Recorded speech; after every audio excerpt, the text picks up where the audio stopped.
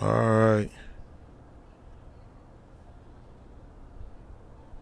Do we need to move to a place with better reception? I think it's All right. We actually have the hard video on HD. We're just doing live to let people know that it's live. So the actual finished video is in HD. But yeah. There we go. Looks nice. Voila. All right, so I just want to take a step back for a second, and actually, since the stream cut throughout this second stream here, I'll ask you some of those other questions. But I wanted to go back to what is the standing relationship between Fire and Medic One and the medics there in the CHOP. Yeah, so we've had sort of a working relationship with them for a little while now, basically since the protest started to center on the CHOP area. And they basically, the fire department has their response plan, and we've been trying to work with that to the best of our ability, where they have a red zone, they have a green or a yellow zone, and they have a green zone. And that was kind of the case, especially when the police were still there and whatnot, and then especially as once protesters gained control of the area, then it was there was sort of another plan established, and that was for us to have rendezvous points in their green zone, kind of at the border of the yellow and the green zone, to go out to and meet them there if we need fire to transport a patient. We've had basically part of that plan was that what you're saying is that ambulances or aid cars are at specific set locations, and depending upon where an emergency occurs within the zone, then to meet at that rendezvous point. Exactly. We've had a couple, and spoke with Scoggins on the day that the new barricades were going up, and he was saying that they would respond into the zone if circumstances allowed. And then I clarified with him, and if circumstances are not allowing that, you'll meet us just outside the barricades. He said yes, and barring that, we would fall back on the old plan of meeting at these rendezvous points. We've had a couple incidents with Seattle Fire Dispatch where we've had medics with critical patients where we are trying to meet at one of these rendezvous points, and when we get there, the fire department's not there. That's for whatever reason of why that's happening. I'm not exactly sure, but it happened with I think her name was Adriana. Is that the woman who got hit in the chest? Yeah, with the flash grenade. Yeah, we had that, and then we had it last night with the man who passed. And so tell us a little bit, like what happened last night, as far as once medics got involved with the. I guess there was 2 shootings last night. Not even I guess. I mean, I saw. From the medic side, like what occurred with the first shooting? Okay, so that was the one that I was hands-on for. Basically, the shots went out. I was on the ground already with a patient who had been hit in the face, just like a punch or something. And then the shots rang out. We all hit the deck as soon as they stopped, and we kind of were like, okay, this isn't like continuous thing. We ran back to cover to cover back to our aid station. I was very pleased to see everyone on the ground. I grabbed appropriate equipment, and then kind of like situated myself where I could see my team, see the station, and see the scene. Basically, as soon as I got to that point, I see it seemed like the crowd was carrying in the patient. They got him on one of our tables, and then we immediately started going into our medical stuff. He had a pulse for about 2 minutes when we had him initially, and that faded pretty quickly. And then as soon as that stopped, we started CPR. Wow, and so basically, they brought him the people who was with brought him over to the tent, which was actually for people who might not be familiar. What is the distance you think between where he was shot and the medic tent? I would guess about. I mean, I'm not exactly sure where he was hit, but if it was like at It's the Oddfellows. Oddfellows. Yeah. Okay, then that must have been like 100 feet, something like that. Right. So they carried him over there to you guys in the medical tent, and he said that he had a pulse for about 2 minutes. Right. And during that time, where were you guys? I mean, had the call already gone out for the ambulance? Yeah, people were already on the phone with dispatch, and basically as soon as he hit our table, we were monitoring his pulse and we were doing bleeding control, getting his airway, breathing, and circulation under control, trying to make sure that we were doing the best we could to support life until we had to move into CPR. Right. And how long were you guys doing CPR? In total, from the time that we lost pulse until we dropped him off with Harborview and they took over care, about 15 minutes. Okay, can you explain the scene last night? I don't know if you saw the stream that I recorded, but I recorded there. It was like the Lorenzo was there in the medical tent, and you guys were attending to him, and then it seemed to be some confusion of like, take him over to the truck, you know what I'm saying? And then I heard people say, wait for the medics. I mean, it's all on the stream, so I don't want to just throw out random things. I think if people listen, then, you know what I'm saying, they're able to probably hear some of these different things that are there. Can you explain that scene from basically going to transferring him from the medical tent to the vehicle? Yeah, so we were on scene focusing on our CPR. We did have people on the phone with dispatch, and we were trying to do our best to manage doing CPR and then also trying to coordinate with dispatch about how this patient was going to get transferred to definitive care.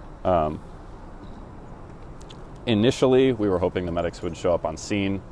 Then after a little while, that became pretty clear that wasn't going to be happening. So we arranged with dispatch to move to the rendezvous point. And it was at that point that we put him on our backboard, got him in the truck, and started heading out. So with the rendezvous point, where exactly would that be? I mean, if you guys can divulge it, where would that be? Yeah, Pine and Harvard. So it's over the hill there of Broadway, and it's about 2 blocks from our aid station. And that's kind of been our standing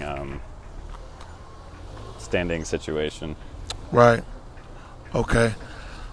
When we talk to the chief, what he's saying is that the aid cars were there to respond, but that in a situation where there's a shooting or something like that, they can't necessarily respond until they get the situation basically cleared with SPD to be able to make sure that the space is safe. And what he's saying is that by the time they were able to have the space safe for entry, that on both occasions with both shootings yesterday, that you guys had already transferred or evacuated the patient. And that's exactly what we're there to do, right? There's going to be that period of time where someone needs help, and due to policy, procedure, safety, variety of other things, established institutions are not going to be able to respond in that time frame. And that's exactly that window of time is what we're there to fill. Because essentially what would have happened if we hadn't been there is that he would have been shot. I think Lorenzo was his name. Yep. Yeah, Lorenzo would have been shot, and then it would have only been when he would have gotten care. I mean, there would have been bystander CPR, I imagine, and bleeding control, and then he would have had to wait for transport either in a personal vehicle, which is not ideal for a variety of reasons in terms of quality of CPR, or he would have had to wait for the police to come in and for the medics to follow them in. which by that time we had already gotten him to definitive care. Right. Circle back around to specifically last night around the transfer on both incidents here. But why is it that you guys have now evacuated the space there at the medical tent at Rancho Bravo? Well, for one, we want to make sure that we're being courteous to Rancho Bravo. They've been incredibly gracious with us so far in letting us utilize their space. We might end up having to move our aid station either into the park or something like that. We fully intend to come back. If there is a need there, we want to fill it, and we want to do it on the community's terms. So that's one of the things is we're kind of regrouping. We're trying to be in touch with organizers and also just people on the ground who are just ordinary people, and trying to make sure that as we come in, we're doing it on their terms and making sure that we're doing the best we can to be allies without intruding on people and inserting ourselves into a space where if people are upset with us, we don't want to be, doing something they don't want us to do. Right, and you did this on the first stream, but we cut the stream for a better connection. Can you please identify yourself? Oh yeah. My name is John Moore. I'm an EMT and a union organizer, and I've been part of the group of people who have been helping out with medical care at the protests. How long have you been part of the protest? For me, like I said, May 29th, that Friday was like the first day that I seen it go down in downtown, but it wasn't a medical. It was more of a vandalism kind of thing. Mm-hmm. But if you're to go from like May 29th until today, how long have you been involved over here in providing medical care? So personally, the whole team has fluctuated. We've had people come and go. We've had new people come on as the weeks have gone by. I personally have been involved ever since that first Saturday at Westlake. I wasn't there for the very first Friday night, but that first Saturday at Westlake, that's when I got involved, and I've been there. I think all but one day since. Right. So what you're saying is you were down there Saturday on Westlake, and then that Sunday was the first time that a march went up to the hill. Mm-hmm. It was rerouted, ended up back down there in Westlake, and then that Monday was the flashpoint or the pink umbrella moment, so to speak. Yeah. And you've been up there on Capitol Hill since then. Yep. Well, like you said, even before then. And what is another question that we asked in the first stream? What is one of the primary reasons why you're there? You know what I'm saying? Lots of people have medical training and experience and everything, but they're not necessarily volunteering at protests.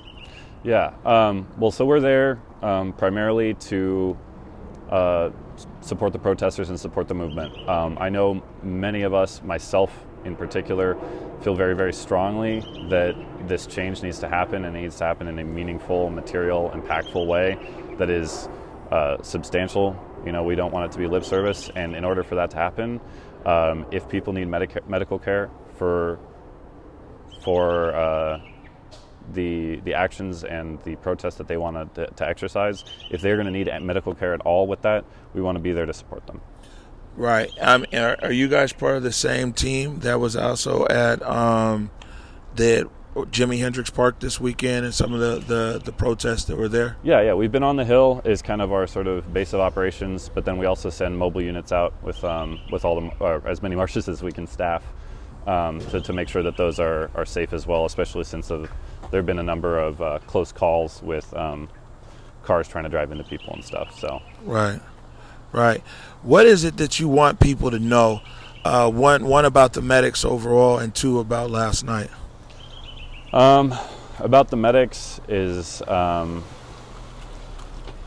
we are here to support you guys. If I wasn't here as a medic, I'd be out there right alongside you on the front lines. And that we're working with a extreme amount of limitations. It's obviously a non-ideal environment. We would love for the situation to be like an actual hospital room and everything, but we're working with makeshift ambulances and a makeshift aid station. So we're doing the best we can. Right, and if the CHOP continues on and the occupation continues on there, What are you guys' plans? Like you just said, that a lot of the stuff that you have is I mean, clearly it's not state of the art because you're at a protest, but I mean, we see now that the injury is much different. Well, actually, did you guys? There was a shooting there before. When the guy ran the car into the crowd, and there was a shooting there before. Were you guys the ones who attended to that victim? Yep. I think his name was Dan. Dan, yeah. I was part of the crew that walked Dan through the police line. There was several of our medics who were the ones who actually rendered aid first on scene. Right.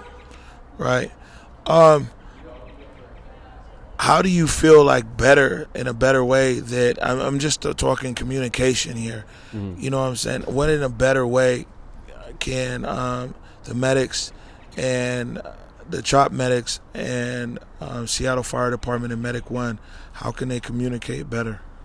I would really like if the fire department could have a liaison on site with us 24 hours a day. That would be huge and go a very long way to help to coordinate care.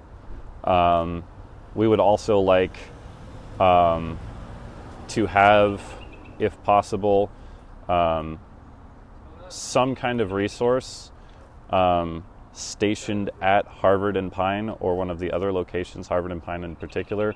If we could have some kind of resource stationed there, Seattle Fire, if they need to have their security or whatever, that's fine, they can do that. But just someone that we know will reliably be there and will stay there, and when we're bringing someone out, they will be there to take over care of the patient. Right. So also with me today, I got Casey Martin. He's from KUOW, a radio station that's here, based at the University of Washington.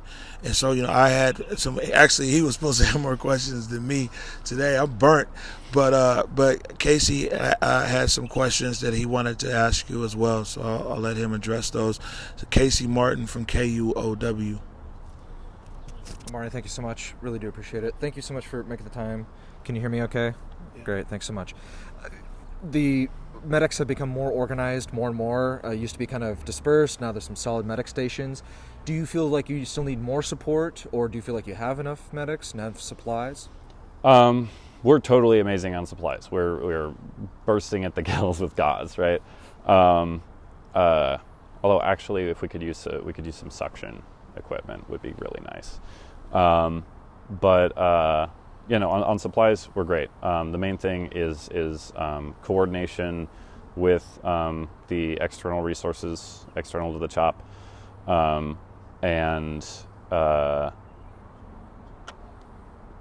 I think we're going to probably have to relocate from Rancho Bravo. I imagine that they're probably a little spooked by that. Space and section. Leave it at that. You said Rancho Bravo. Again, that's been kind of this epicenter where medics have been stationed out. They've been incredibly gracious for letting us use their space. But you said spooked maybe by the shooting last night? Yeah. Yeah. You mentioned something very interesting about having a liaison with Seattle Fire. Is that something you guys have formally requested or are in talks with yet, or is that just a proposal right now? We've been, in direct contact with Scoggins, battalion chiefs, and Health One, different things like that, and they've been helping us in various different ways. We kind of talked about that. The Health One was saying that they asked if they could stay out with us, even if it's just during the day or something. And it sounded like they got the no on that one. But yeah, that's, I think, the status of that so far. Got it. I noticed more security today than I have in previous days. People showing up, more vests and stuff like that. Mm-hmm. Do you feel like you're better organized with security and medics, or less organized as more people are starting to show up, feeling like they can be security? On the medic side, very organized, very coordinated. I know security's doing their own thing. They seem more organized. They have the nice radios now and everything. And we're kind of operating in parallel. Basically, they can alert us to a patient or bring a patient to us. And then if we need security, we can get in touch with them. That's kind of our working relationship. Nice. It looks very organized. I mean, I feel I've been there since when the police were there, since after they left, and I feel like there's medics everywhere, and it feels very, very organized with when I see the red crosses. I wanted to ask about last night. Again, this is what the police are saying. It's not what I'm saying, but they said that they had difficulty getting to the victims, the shooting victims, because they say a violent crowd. I'm not calling that a violent crowd. Nope. Can you respond to that, and just what it was like to respond to that? Because they showed up after this, after the victims had already been transported to Harborview. Can you just respond to SPD in their claim of a violent crowd preventing them from getting to the victims? Get bent.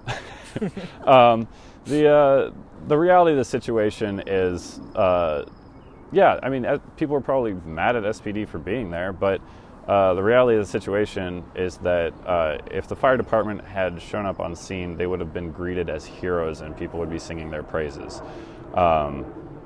The reason why there was any agitation in the crowd at all is because there was frustration that we weren't being able to get our patient out of there, and then the police showing up, after we had already gotten to Harborview. Like, the hell. For people who haven't been there, the East Precinct is like kitty corner right across the street from a fire station. Yep. Right there that has been untouched. There's no barricades or anything right there. So would you like to see more Seattle Fire presence? Absolutely. Yeah. So we had a medic run, sprint her ass off up to Station 25 and kneeling on her hands and knees, literally begging for them to come and help. I don't want to cast aspersions, but there's a material reality to what is happening with patient care, and we are doing our best. We are doing everything we can, and there's only so much we can do. Last thing I was curious about was it's been incredibly peaceful these last couple of weeks, despite a lot of the national media coverage. I've been there every single day and have seen it's been very, very peaceful. Last night was very surprising because this was the first clash of violence. Do you think that peace will be able to be maintained tonight going forward? Absolutely. Yeah. I mean, the reality of the situation is that had the police been there, and this is assuming that there's no protest at all, right? That it's just a normal day at Cal Anderson. They wouldn't have stopped this. It still would have happened. Maybe they would have chased after the guy who did it. Maybe they would have handed out business cards. Whatever the fact of the matter may be, the police do not prevent violence; they cause it. That's my personal opinion, but that's my opinion. And I forgot the question. Sorry, I'm a little mad. No, I completely. It's been a while.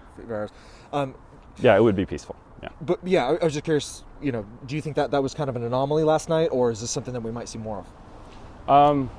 I mean, you never know. There's always the threat of right wingers showing up and shooting people. There's always interpersonal conflict and whatnot. But the fact of the matter is that the cause is worth the risk. I mean, that's why I'm out there. That's why all of my team have volunteered their time and energy and safety to be out there. And if something happens, that's why we're there, right? That we're there to provide care. There's no point in us being, obviously we can't save anyone if we're injured, and so we do our best to keep ourselves out of the line of anything that's going on. We don't do any security or anything like that. But if violence happens again, we'll do our best to deal with it, and we got to keep coming out every day because we need to win. There's no backing down. Thank you so much for sharing. Seriously, thank you so much.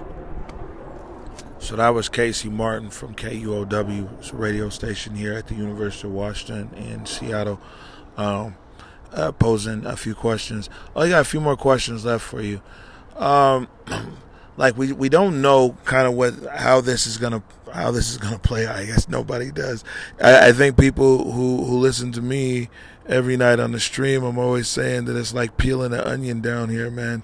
You know what I'm saying? It's always another layer that leads to something else and something else. As far as a relationship with the fire department, if if this protest or the occupation proceeds in its current format. Mm-hmm. And in its current format, then there would need to be enhanced partnership between the medics and Medic One and Fire. Would you welcome, like, if Seattle Fire Department or the medics, if they had some sort of equipment to upgrade your space down there? Or I mean, how far in a collaborative sense are you guys willing to work with the Fire Department and Medic One? Absolutely would love to work with them. And the main thing is it's honestly less about equipment, and it's more about, we want their bodies out there, right? We're putting ourselves on the line, and we would love to see some solidarity from them, right? We would love to see the IAFF out there.